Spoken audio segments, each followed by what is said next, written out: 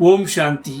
आज 24 जून 2026 जगदम्बा माँ की अव्यक्त महावाक्य सुनते हैं। ओम शांति। आज मम्मा डे है।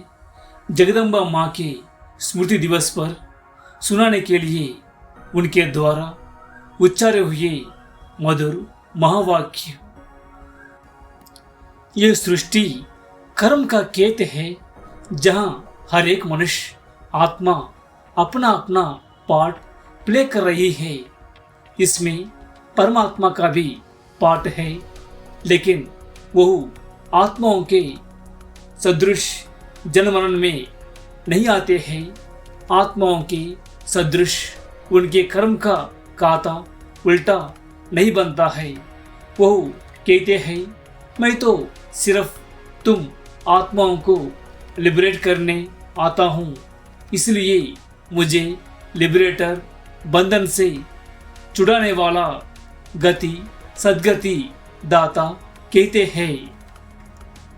आत्मा पर माया का जो बंधन चढ़ा है, उसे उतार कर प्योर बनाते हैं और कहते हैं कि मेरा काम है आत्माओं को सर्व बंधनों से छुड़ा करके वापस ले जाना।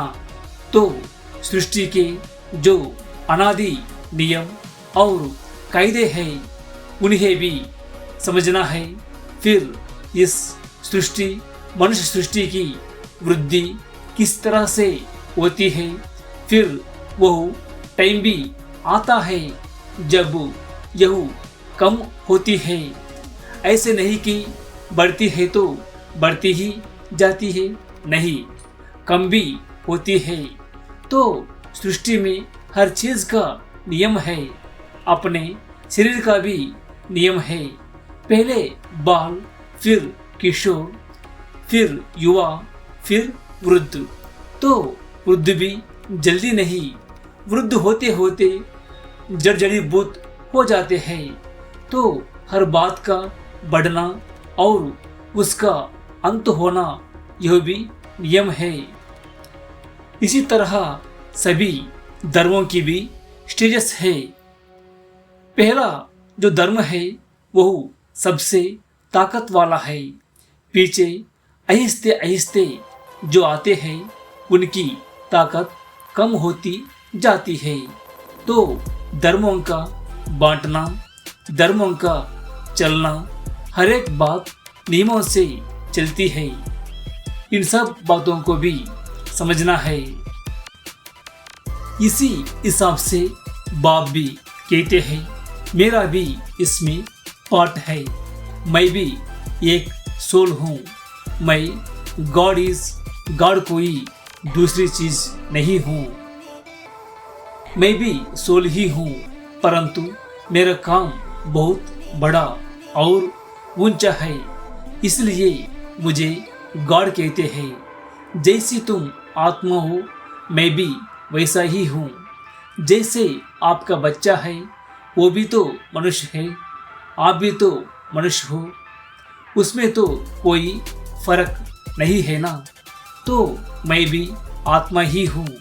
आत्मा में कोई फर्क नहीं है, लेकिन कर्तव्य में बहुत भारी फर्क है। इसलिए कहते हैं, मेरा जो कर्तव्य है वह सबसे भिन्न है। मैं कोई हद के एक धर्म का स्थापक नहीं हूँ। मैं तो दुनिया का क्रिएटर हूँ। वो हो गए धर्म के क्रिएटर। जैसे वो आत्माएं अपना काम अपने समय पर करती है, वैसे मैं भी अपने समय पर आता हूँ। मेरा कर्तव्य विशाल है, मेरा कर्तव्य महान है और सबसे निराला है। इसलिए कहते हैं, मेरा काम निराले। उनको सर्वशक्तिवान भी कहते हैं। सबसे शक्तिशाली काम है आत्माओं को माया के बंधनों से छुड़ाना और नई दुनिया का सैंपलिंग लगाना। इसलिए उनको अंग्रेजी में कहते हैं हेवेनली गॉड फादर, जैसे क्राइस्ट को कहेंगे क्रिश्चियनिटी का फादर, उनको हेवनली गॉड फादर नहीं कहेंगे। हेवन का स्थापक परमात्मा है, तो हेवन वर्ल्ड हो गई ना। हेवन कोई एक धर्म नहीं है, तो वह वर्ल्ड का स्थापक हो गया, और उस वर्ल्ड में एक धर्म, एक राज्य होगा। तत्व आदि सब चेंज हो जाएंगे, इसलिए उनको कहते हैं हेवनली गॉड फादर। दूसरा, गॉड इज ट्रूथ कहते हैं। तो ट्रूथ क्या चीज है, किसमें ट्रूथ, यह भी समझने की बात है। कई समझते हैं कि जो सच बोलता है वही गॉड है। गॉड कोई और चीज नहीं है, बस सच बोलना चाहिए, परंतु नहीं। गॉड इज ट्रूथ का मतलब ही है कि गॉड ने ही आकर के सभी बातों की सच्चाई बताई है।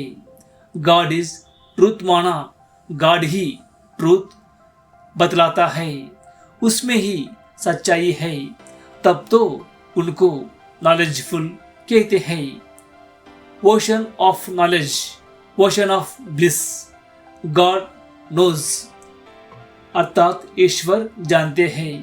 तो जरूर विशेष कुछ जानने की बात है ना, तो वह कौन सी जानकारी है? यह नहीं कि इसने चोरी की, गॉड नोज।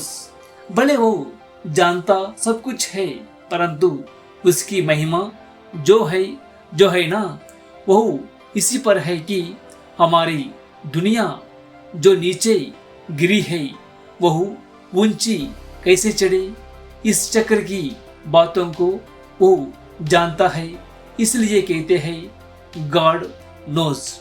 तो परमात्मा की महिमा उस तरीके से आती है जो मनुष्य से भिन्न है, क्योंकि उनका जानना सबसे भिन्न है। मनुष्य का जानना हद है, कहते भी है मनुष्य अल्पज्ञ है, और परमात्मा के लिए कहते हैं वह सर्वज्ञ है, जिसको अंग्रेजी में नॉलेजफुल कहते हैं, यानी सर्व का ज्ञाता अथवा जानने वाला है। तो जो सर्वज्ञ है वही ट्रूथ को जान सकते हैं।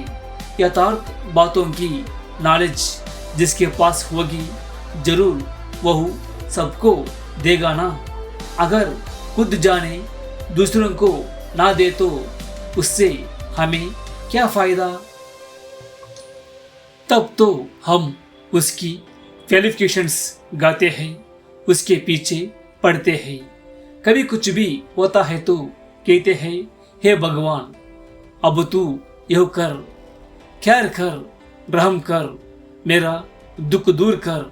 तो हम उससे मांगते हैं ना, उससे कुछ संबंध है ना, इसलिए उस तरीके से याद करते हैं जैसे उसने हमारे पर कोई एहसान किया है। अगर कभी किया ही नहीं होता तो हम क्यों उसके लिए माथा कुटी करते? जब कोई मुसीबत के समय मदद करता है तो दिल में आता है कि इसने बड़ी मुसीबत के समय मुझे हेल्प की थी, समय पर मेरी रक्षा की थी, तो उसके प्रति दिल में प्रेम रहता है। तो परमात्मा के प्रति भी ऐसा ही प्रेम आता है कि उसने हमारे समय पर मदद की है। परंतु ऐसे नहीं कि कभी कोई मनुष्य का अच्छा हो गया तो कहे यह भगवान ने किया, बस भगवान ऐसा ही करता है। लेकिन उसका बड़ा काम है, वर्ल्ड का काम है, दुनिया के संबंध की बात है। बाकी ऐसे नहीं कि किसी को थोड़ा पैसा मिल गया यह भगवान ने किया। यह तो हम भी अच्छे कर्म करते हैं तो उस कर्म का फल मिलता है। अच्छे बुरे कर्मों का हिसाब चलता है उसका भी हम पाते रहते हैं, लेकिन परमात्मा ने आकर के जो कर्म सिखाया उसका जो फल है वह अलग है। अल्पकाल का सुख तो बुद्धि के आधार पर भी मिलता है, परंतु उसने जो लालच दी उससे हम सदा सुख पाते हैं। तो परमात्मा का काम भिन्न हो गया ना, इसलिए कहते हैं कि मैं ही आकर के कर्म की जो यथार्थ नॉलेज है वो सिखाता हूँ, जिसको कहा है कर्म योग श्रेष्ठ है। इसमें कर्म को घर गृहस्थ को छोड़ने की बात नहीं है, सिर्फ तुम अपने कर्मों को पवित्र कैसे बनाओ उसकी नॉलेज मैं बतलाता हूँ। तो कर्म को पवित्र बनाना है, कर्म छोड़ना नहीं है। कर्म तो अनादि चीज है, यह कर्म क्षेत्र भी अनादि है। मनुष्य है तो कर्म भी है, परंतु उस कर्म को तुम श्रेष्ठ कैसे बनाओ वो आकर के सिखाता हूँ, जिससे फिर तुम्हारे कर्म का खाता कर्म रहता है। अकर्म का मतलब है कोई बुरा खाता नहीं बनते हैं। ऐसे बाप दादा और माँ के मीठे मीठे बहुत अच्छे खबरदार रहने वाले बच्चों के प्रति याद प्यार और गुड मॉर्निंग। अच्छा प्रश्न, मम्मा हम चलते फिरते योग की ऊंची अवस्था में कैसे स्थित हो सकते हैं? उत्तर, वास्तव में अपनी यह लाइफ नेचुरल योग की हो जानी चाहिए, क्योंकि योग है निश्चय। तो हरदम निश्चय को कायम रख प्रैक्टिकल और स्वरूप बन जाना है। निश्चय रूप बन जो कर्मेंद्रियों से कर्म करो, बल स्थूल कर्मेंद्रियों कोई भी कार्य करती रहे, मगर खुद को उसी ही सुख स्वरूप अवस्था में अलावलीन रहना है। आपका चेहरा सदा सुख स्वरूप रमणीक दिखाई दे, कोई भी अशुद्ध संकल्प विकल्प ना रहे। ईश्वरीय आनंद में आंतरिक मगन अवस्था में रहो तो फिर कोई भी अशुद्ध संकल्प विकल्प की उत्पत्ति नहीं होगी। शुद्ध प्योर धरणी में जो भी संकल्प उत्पन्न होगा वह लोक संग्रह प्रति अथवा अपनी उन्नति प्रति होगा। यह अति मीठी सुंदर अवस्था है जो समय पर मदद करती है। ऐसे ईश्वरीय अलौकिक मीठी प्योर लाइफ बनाने का अब ही गोल्डन चांस तुम्हें मिला हुआ है। तो ऐसी अवस्था बनाने के लिए थोड़ी मेहनत करो। जब हम योग में बैठते हैं तो अंदर में मंत्र पूजा जप आदि कुछ भी नहीं करते हैं। जैसे भक्त मार्ग में कोई अंदर ही अंदर प्रार्थना करते हैं, माला जपते हैं, मूर्ति को सामने रख फूल चढ़ाते हैं, वह सब कुछ अंदर ही अंदर करते हैं, जिसको मनसा पूजा कहेंगे। लेकिन हमारे योग में हम सिर्फ अपने स्वस्वरूप में स्थित हो सुख स्वरूप बन जाते हैं। अपने मन सहित सभी जो कर्मेंद्रियों को कंट्रोल कर एकाग्रचित बन ईश्वरीय सुख स्वरूप हो जाते हैं। इसके लिए योग का टाइम पर्सनल मुकर्रर है, जहाँ एक टाइम पर बैठकर अभ्यास करते हैं। सिर्फ व्यक्त बातों से नाता तोड़कर अव्यक्त संबंध से नाता जोड़कर रखना है तो याद सहज हो जाएगी। अच्छा, ओम शांति। अच्छा, मीठे मीठे सिकिलदे बच्चों प्रति माता पिता बाप दादा का याद प्यार और गुड मॉर्निंग। रूहानी बाप की रूहानी बच्चों को नमस्ते। हम सभी रूहानी बच्चों की रूहानी माता पिता बाप दादा को याद प्यार और नमस्ते। शुक्रिया बाप दादा, शुक्रिया। वरदान बाप दादा के साथ द्वारा माया को दूर से ही मूर्छित करने वाले माया जीत जगत जीत भव। जैसे बाप के स्नेही बने हो ऐसे बाप को साथी बनाओ तो माया दूर से ही मूर्छित हो जाएगी। शुरू का जो वायदा है, तुम्ही से खाऊं, तुम्ही से बैठूं, तुम्ही से रूह को रिझाऊं, इसी वायदे प्रमाण सारी दिनचर्या में हर कार्य बाप के साथ करो तो माया डिस्टर्ब कर नहीं सकती, उसका डिस्ट्रक्शन हो जाएगा।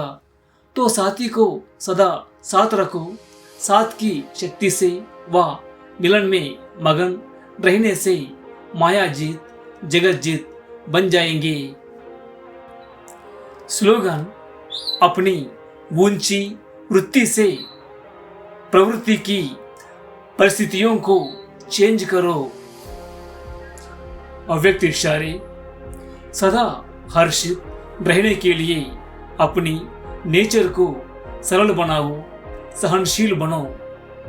अव्यक्त स्थिति रूपी दर्पण को साफ और स्पष्ट करने के लिए सरलता, श्रेष्ठता और सहनशीलता, इन 3 बातों पर ध्यान दो। अगर तीनों में से एक भी बात की कमी है तो दर्पण पर भी कमी का दाग दिखाई पड़ेगा। इसलिए जो भी कार्य करते हो उसमें साधारणता दिखाई ना दे। साधारणपन को श्रेष्ठता में बदली करो। हर कार्य में सहनशीलता और वाणी में सरलता को धारण करो, तब सर्विस में सफलता दिखाई देगी। ओ शांति। प्यारे भाई बहनों, यह ईश्वरीय ज्ञान जन जन तक पहुंचाने के लिए और इस सेवा को निरंतर जारी रखने के लिए आपके सहयोग की आवश्यकता है।